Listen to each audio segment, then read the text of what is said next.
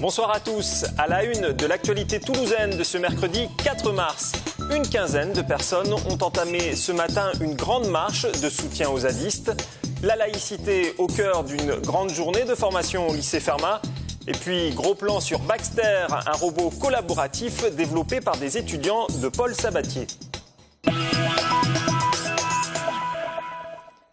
Une marche en soutien aux zadistes occupant actuellement le site de Sivins est partie ce matin de la place du Capitole sous une pluie battante. Objectif de ces militants, rallier la zone jeudi, une zone dont l'accès est bloqué par des agriculteurs depuis lundi matin. Jean-Marc Lucas, Alain Sorat. Les marcheurs de Toulouse veulent rejoindre les zadistes de Sivins qui, selon eux, sont assiégés par les agriculteurs. Aujourd'hui et depuis le 1er février, il y a donc des barrages faits par des pro-barrages, des milices pro-barrages violentes, armées, disons-le, avec des barres de fer, avec des outils divers et variés. Nous ne pouvons plus aller effectivement voir les personnes qui résistent à la ZAD. Nous ne pouvons plus leur amener notre soutien en victuailles, en forces vives, en nouvelles sur ce qui se passe. Et donc c'est insupportable de ne pas pouvoir circuler librement. Et c'est aussi pour ça qu'on marche, parce qu'on a le droit de marcher, on a le droit de circuler librement et nous voulons aussi affirmer que notre marche est pacifique et déterminée. Les marcheurs vont parcourir les 50 km qui les séparent de Sivins en 2 jours. Ils espèrent grossir leur rang à leur arrivée sur le site. Le 6 mars prochain, le Conseil général scellera ou non l'expulsion des zadistes de Sivins. Qu'en pense le collectif ? Voilà, bon, ça ne diminuera pas notre sensibilité écologique, notre envie de préserver notre milieu de vie. Mais on ne va pas s'engager à dire qu'il y aura des actions après. Selon les marcheurs, si la ZAD de Sivins s'arrête, d'autres actions de solidarité s'organiseront vers d'autres ZAD, comme celle de Notre-Dame-des-Landes, près de Nantes. Inspecteurs d'académie, professeurs, chefs d'établissement et parents d'élèves ont débattu aujourd'hui des notions de laïcité et d'enseignement moral et civique à l'école. Cette journée de formation organisée au lycée Fermat a notamment permis d'évoquer l'esprit du 11 janvier. Marlène Canal, Alain Sorat. Depuis le 7 janvier dernier et les attentats contre Charlie Hebdo, la question de la laïcité est passée au premier plan. Aujourd'hui, c'est au sein de l'école qu'il s'agit d'en parler. Le temps est à la formation. Cette valeur de la laïcité, qui est une des valeurs fondatrices de la République, est perdue de vue pour des raisons qui sont multiples et variées. L'une d'elles étant probablement que l'on vive essentiellement entre soi aujourd'hui. La mixité n'existe peut-être pas suffisamment dans nos territoires et justement aller sur cette dimension de revoir quels sont les fondements de la laïcité et ce qu'elle permettra probablement d'infléchir un certain nombre de choses. Présents dans la salle cet après-midi, de nombreux enseignants qui au quotidien sont confrontés à leurs élèves, à leurs questionnements, prises de position de toutes sortes. Il faut savoir y répondre et la journée de formation n'est pas inutile. Je pense que dans la formation des enseignants, et je veux dire que la suppression d'une formation initiale par le quinquennat précédent avait vraiment mis à mal la profession de ce point de vue-là, cette dimension de l'acte d'éducation, au-delà de la matière que l'on enseigne, au-delà des contenus purement scolaires, n'est pas quelque chose qui s'improvise. Je veux dire, les adultes aujourd'hui, il y a un débat sur la laïcité et les enseignants font partie de cette société traversée par ces débats. Donc aujourd'hui, on réalimente la réflexion sur ces questions-là, me paraît légitime. Maintenant, ça ne peut pas se faire si on ne laisse pas du temps aussi à ceux qui sont sur le terrain de réfléchir ensemble aux difficultés qu'ils rencontrent. Refonder les grands principes de la laïcité, cela prendra sans doute le temps d'une génération. En tout cas, la question dépasse le simple cadre de l'école. Ce sont tous les services de l'État qui sont impactés. Un conducteur Uber Pop et son client ont été interpellés cette nuit à Toulouse par la police nationale. Le parquet a été saisi d'une procédure d'exercice illégal de la profession de taxi. Cette interpellation fait suite à une réunion lundi entre associations de défense des taxis et services de l'État et de la mairie. Une réunion où avait été promis un contrôle soutenu de ce réseau qui met en relation chauffeurs occasionnels et clients via une application de smartphone. Les taxis espéraient obtenir l'interdiction pure et simple d'Uber Pop à Toulouse, comme c'est déjà le cas à Bordeaux. Pour les taxis toulousains, c'est une demi-victoire. Uber Pop n'a pas été interdit ici, mais son réseau fera l'objet d'une surveillance accrue. Les chauffeurs de taxi restent vigilants et attendent le point d'étape avec le préfet dans un mois pour se faire une idée plus précise de l'efficacité des contrôles mis en place. Et si nous avons jugé la situation satisfaisante, si nous ressentons une hausse d'activité et si nous constatons qu'il y a moins de contrevenants, à ce moment-là, nous lèverons notre préavis de grève. Car si la situation ne s'arrange pas, les taxis menacent toujours de bloquer la ville. Certains d'entre eux disent accuser une baisse de chiffre d'affaires de 30%.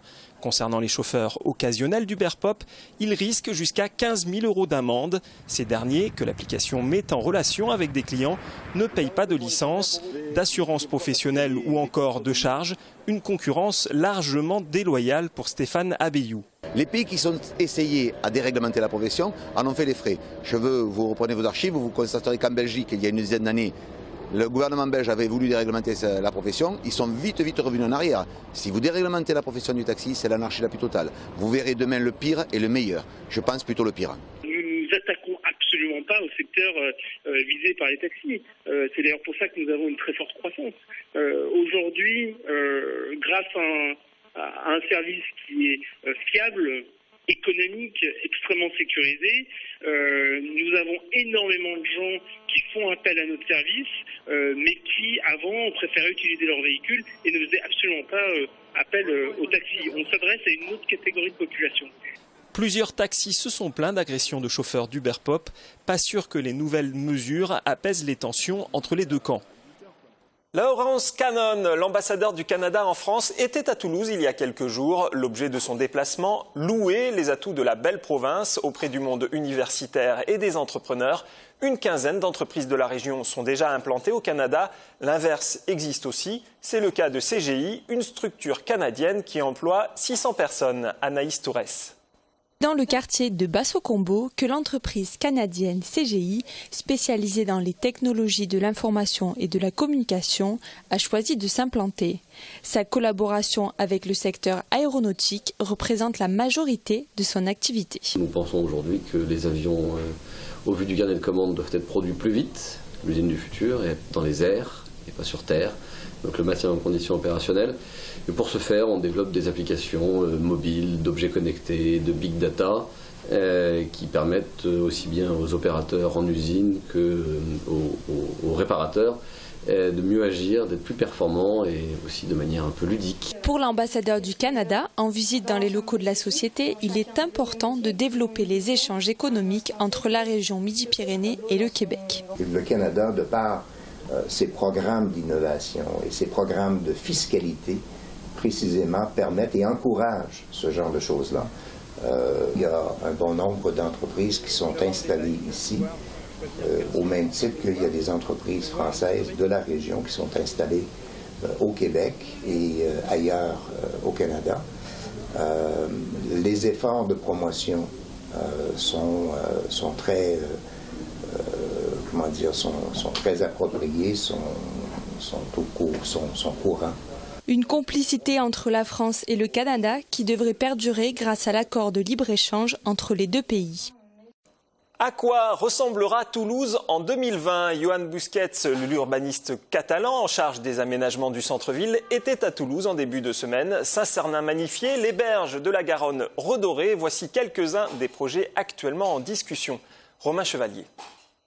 Poursuivre le renouveau de Toulouse Centre. Reconduit l'été dernier, le Catalan Joan Busquets propose 14 opérations majeures d'aménagement, toutes réalisées d'ici l'été 2019, pour un coût total de 65 millions d'euros. Cependant, aucun projet n'est encore définitif. En effet, des réunions de concertation seront organisées pour valider définitivement les projets. La première d'entre elles aura lieu le 30 mars prochain. Le plus important du centre-ville, ils vont être bien sûr les abords de Saint-Cernin. C'est un élément de patrimoine magnifique, mais qui aujourd'hui c'est un stationnement. Alors ça, c'est un espace qui doit devenir un centre de rencontre autour de cette basilique. La place Salin, qui est plutôt comme la porte du sud, qui va mettre en valeur tous les cardus qui aujourd'hui traversent Capitole et va vers le nord. Et probablement la rue Bayard, qui va faire les rencontres entre le centre commercial et la gare. Les abords de la Garonne seront également réaménagés. Dans la continuité du quai de la Dorade et de Saint-Pierre, le port Viguéry sera végétalisé pour tisser un lien avec le quartier Saint-Cyprien. De même, des pontons d'amarrage seront installés pendant l'été sur ces 3 quais ainsi que celui de Tournis. Des éléments flottants tels qu'une piscine ou encore un restaurant sont également dans les cartons. Beaucoup de projets dans un seul but. Nous sommes dans cette volonté de mettre en valeur le centre de Toulouse, de traiter les liaisons, de traiter un certain nombre de voies qui sont stratégiques, de les rendre plus agréables, de donner également les arbres dans la ville, de donner aux piétons plus de confort. Des études sont aussi lancées pour reconfigurer les allées Jean Jaurès en perspective de l'arrivée de la ligne LGV d'ici 2024. Des opérations qui permettront peut-être à Toulouse d'obtenir le label UNESCO pour laquelle elle candidate. Soulager l'homme de tâches pénibles sur son lieu de travail, comme par exemple sur certaines chaînes d'assemblage, tel est le credo de Baxter, un robot collaboratif nouvelle génération, développé par une équipe pédagogique et des étudiants de Paul Sabatier. Anna Guerre et Romain Chevalier ont eu la chance d'assister à une démonstration.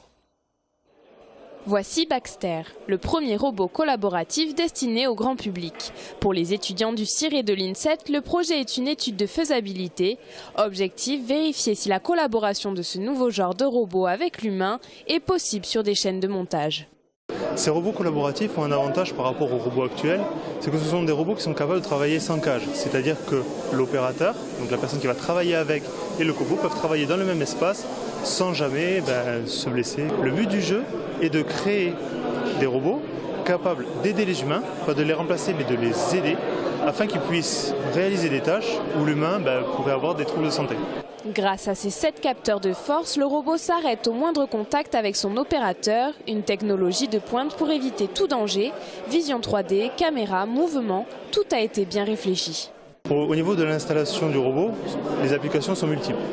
Pour ce qui est de mouvement, en fait, il suffit de lui apprendre. Plus vous avez d'imagination, plus le robot peut réaliser de choses. Le fait que les bras soient redondants, c'est-à-dire que pour une même position de l'organe terminal, on peut avoir plusieurs configurations du bras, cela permet d'avoir des applications dites qui pourraient faire comme les humains dans l'absolu. Sauf qu'au niveau des organes terminaux, ce n'est pas aussi précis. Aujourd'hui, souvent, sur les bras mécaniques, ce sont des robots à un seul bras. Ici, on peut en avoir 2 qui peuvent soit travailler de manière indépendante l'une de l'autre, soit les 2 collaborer ensemble. Encore au stade de recherche et de développement, Baxter pourrait à l'avenir s'installer dans nos maisons et pourquoi pas s'occuper de nos tâches ménagères. C'est ainsi que s'achève cette édition. Prochain journal demain, 19h avec Jean-Marc Lucas. Excellente soirée à tous.